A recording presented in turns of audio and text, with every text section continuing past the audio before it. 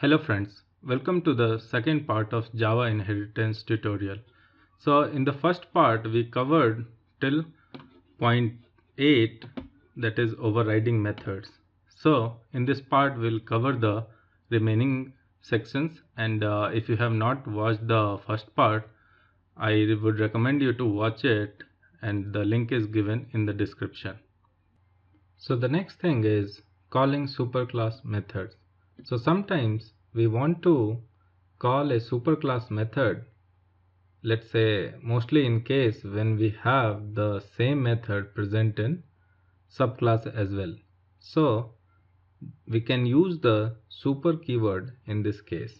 Let's see this with a simple program. Okay, so here is my cat class, and we have already seen that we are overriding set number of legs method. So if I want to call explicitly set number of legs method for superclass of animal, then we can call it in this way: super dot set number of legs. So it will always call the method from animal class. We can use this in constructors also. So as you can see that here I am accessing number of legs variable in animal class and assigning it to default value of 4. So the next thing is instance of instruction. So we can use instance of with an object to figure out whether it is of any specific type or not. So let's see how this behaves in case of inheritance in a simple program. So here is my simple program where I am just creating two objects for cat and dog, and then I am casting cat to animal A. So the first one is boolean is cat equal to cat instance of cat. So this is a simple one because we know that cat is actually an instance of cat class, so it will return true. The next one is animal cat instance of animal. So what should it return? So cat is of type cat, but again animal is the superclass, so cat is also an animal, so here also it will return true. Next thing is a instance of cat. So even though a is of type animal, but it is referring to cat, which is actually of type cat. So at runtime, A is actually an instance of cat object. So this will also return true. Finally, if I say A instance of dog, it will return false because A is actually at runtime instance of cat. So I am printing all these variables in console. Let's just run this program and see the output. So yeah, as we saw, first three outputs are true and the last one is false. So the next thing is fields and inheritance. So we know that the superclasses, variables and methods are inherited by subclass. But if we have the same variable in the subclass, then it will hide the superclass variable, and that is called as shadowing or hiding the superclass variables. Let's see this with a simple example. So here is my animal class, which has this variable number of legs, and then we have this cat class where I have created the variable with the same name, and then I have this getter and setters, which I am overriding the superclass methods.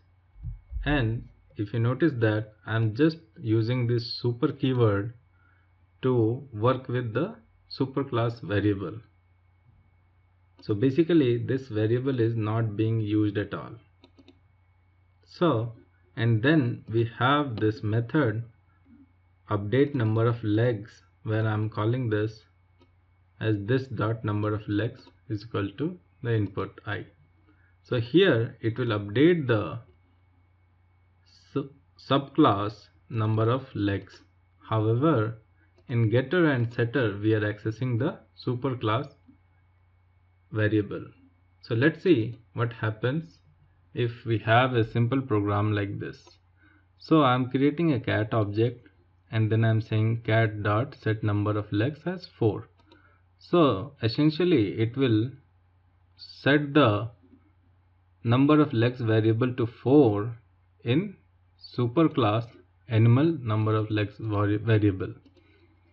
Then when I'm saying cat dot get number of legs, it will get the variable from animal superclass and it should print 4.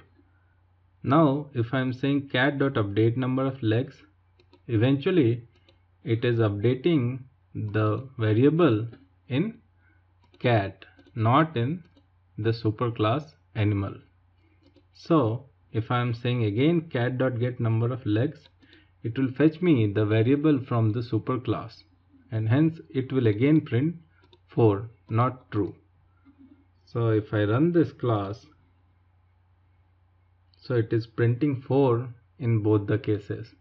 So just be careful whenever you are shadowing a superclass variable to make sure you don't get into these kind of situations, because on a simple looking it is really hard to determine why here it is printing 4 but here it is printing 2. So the next thing is constructors and inheritance. So in inheritance, constructors are not inherited. So what it means is that if we define a constructor in the superclass animal, it will not be automatically called from the subclass constructor. We will have to explicitly call it. Let's see this in a simple program.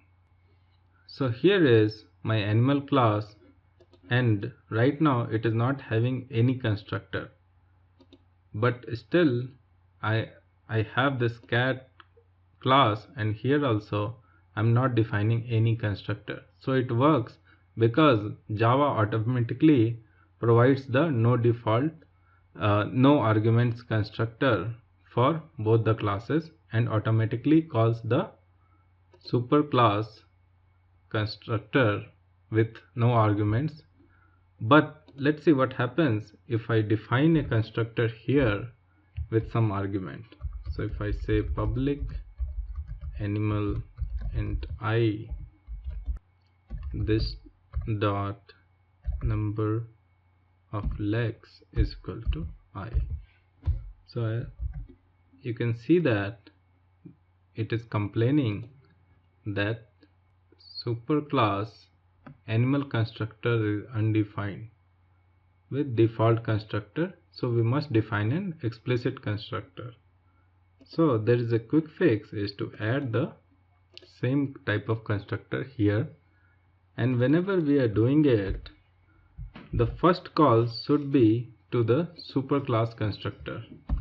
If I say here system out abc, the compiler will complain and the error will be constructor call must be the first statement in a constructor, because here in this case Java is not implicitly inheriting the superclass constructor and we have to call it as the first statement. Next is nested classes and inheritance. So a nested class and inheritance behaves the same way like the variables or methods in the superclass. So suppose if I have a nested class of private in animal, it won't be accessible to cat. If it is of type protected, then it will be accessible to cat and dog. And if it is of type default access modifier, then if the cat is in the same package as animal, then it will be able to access that If the dog is in some other package, then it won't be able to access it. So, and finally we have this abstract classes and inheritance. So abstract classes are classes in which we do not have some methods implemented, and we cannot create the instance of abstract classes. So this becomes useful in case where we are not working with the superclass objects at all. For example, we have objects as cat and dog, but in real life scenario we do not actually work with the animal objects. It can be cat, dog, mouse, elephant, or anything else. So here we can mark this animal as abstract class, so that we have to always work on the real life objects cat and dog. So that's all I had for this inheritance tutorial. I hope it will be helpful for you to understand. Thanks for watching. Bye bye.